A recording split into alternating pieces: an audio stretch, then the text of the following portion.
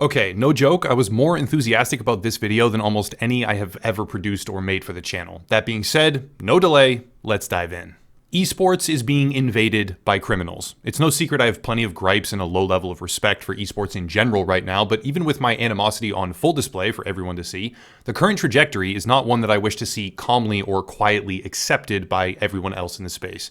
The industry is neck deep in a struggle for legitimacy right now, which if achieved would benefit millions, even tens of millions of people. However, in the midst of that struggle, they are developing partnerships between major tournament organizers and international Russian criminals who run one of the largest illegal sports gambling operations on Earth. The website is 1xBet. Some people probably already know the name. And during March of this year alone, they have entered into not one, but two major esports partnerships with Weplay, serving the fighting game community, such as Mortal Kombat and Soul Calibur, as well as the ESL, serving CSGO and Dota 2, as the official betting partner and league sponsor.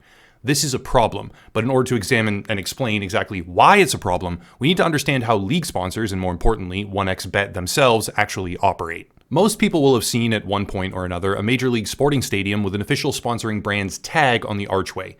The TD Bank Garden for the Celtics, the KFC Yum Center in the University of Louisville, the State Farm Stadium in Arizona for the Cardinals, I believe, and the list goes on and on. This is not uncommon. In fact, it's the unfazed norm in Major League, even collegiate sporting divisions. The reason for that is quite simple. These companies arrange for a joint partnership with a goal of increasing brand awareness and subsequently, usually, their sales.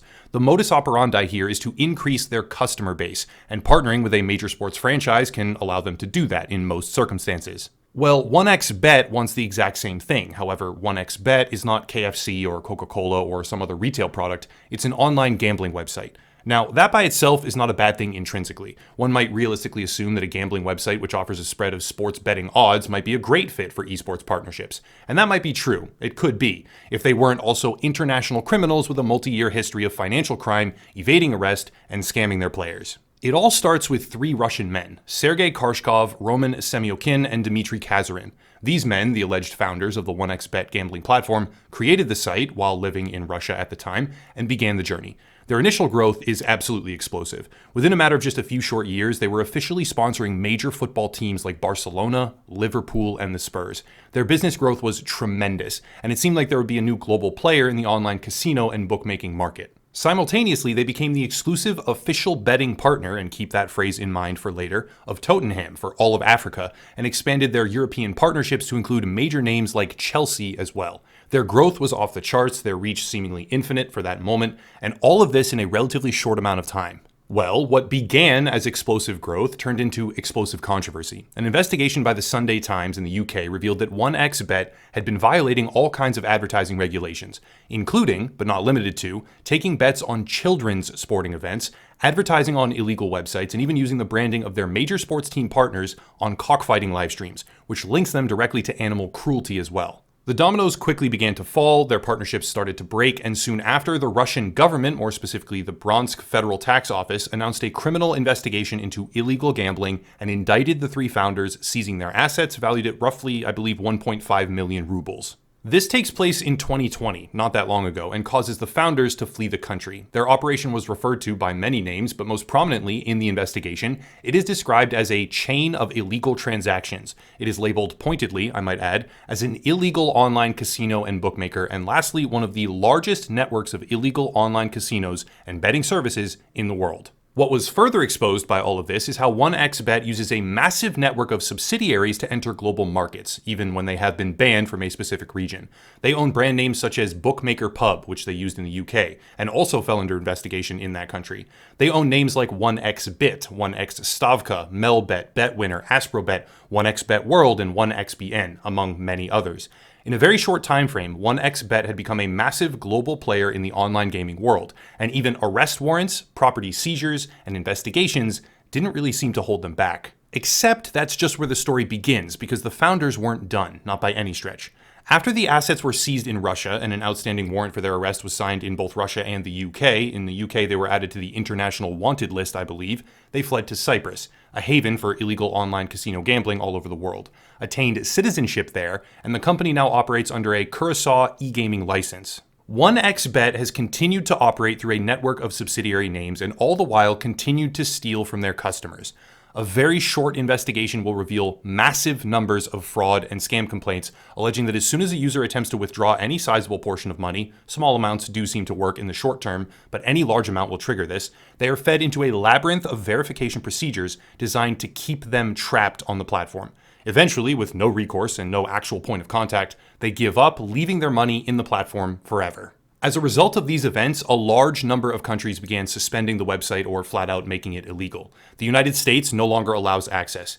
Italy, the UK, Spain, France, Switzerland, Portugal, Czech Republic, Poland, Netherlands, Belgium, and more have all banned the service. But they still operate and they still find partnerships. Here's where it gets even more interesting. According to a large number of online casino ranking services and business lookup directories, which I surfed, the CEO of 1xBet is now Miss Kyriaki Kostikian, a Cyprus resident, and this by itself is not exactly noteworthy, not at all, owing to the fact that companies wishing to dodge global regulations by using the Cyprus corporate legal system will just partner with someone in the area to run their company. Kyriaki Kostikian has dozens of businesses in their name that I could easily find, which kind of reinforces that idea, and then they continue on as normal. However, something else I found was a $60 million fraud investigation, as well as multiple separate law firms investigating an illegal binary options scheme in which Anus, I don't know how to pronounce that. I'm just going to call them Anus.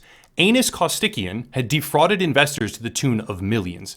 Anus Kostikian was Greek, having moved to Cyprus and attained residency there, but going even deeper, there are many, many businesses out there, those same random companies registered to Kyriaki Kostikian, that have Anus as the director or secretary. In fact, some of these companies are just flipped or inversed. In one, Anus Kostikian, director, Kyriaki Kostikian, secretary. In another, Kyriaki as director, Anus as secretary.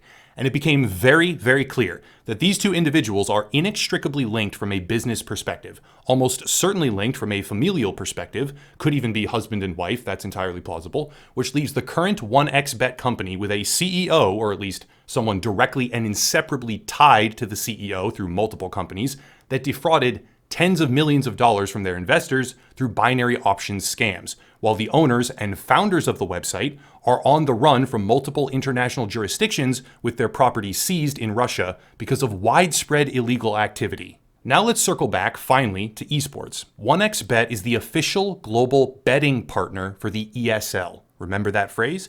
They are the primary sponsor of Weplay in 2021, which serves the fighting game community, and much like their previous run of high-profile joint ventures in the European football industry, we are witnessing a comparable effort to expand inside esports.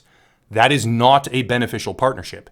That is not a reputable way to enhance the credibility of the entire space, and these esports leagues should be aware that they are entering into an official partnership with a company that is owned and operated by people with either active arrest warrants out in multiple countries, previous million-dollar fraud schemes, or at the very least, a company that routinely and deliberately restricts their customers in a way that traps user funds on the platform.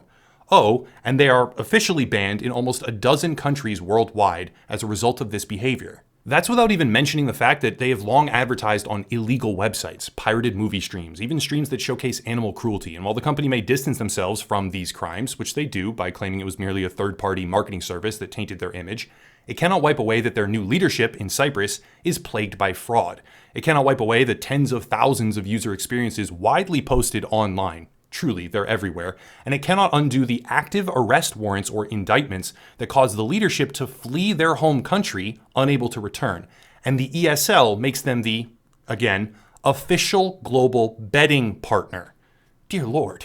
This wasn't even everything that I found. 2 of the items I uncovered I am actually scared to post publicly. I guess I'll forward those items to law enforcement, but I'm fairly certain that at some level it's already on the radar. There's no way I found new information about this company that isn't already known by some sort of international agency. But with all that said, it's entirely possible that this will result in some sort of legal battle, takedown request, copyright strike, who knows.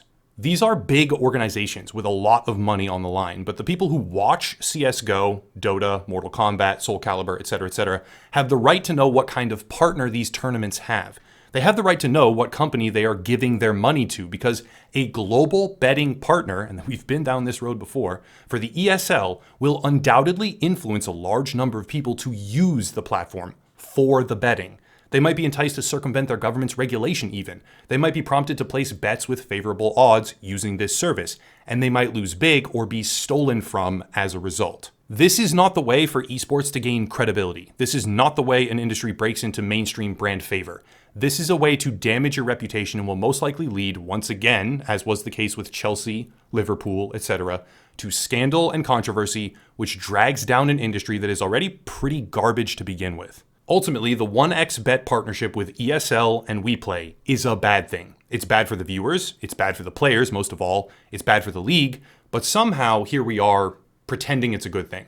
If you want to support, please check out the links down below, primarily Odyssey, which is a YouTube platform alternative and greatly rewarding to its creators.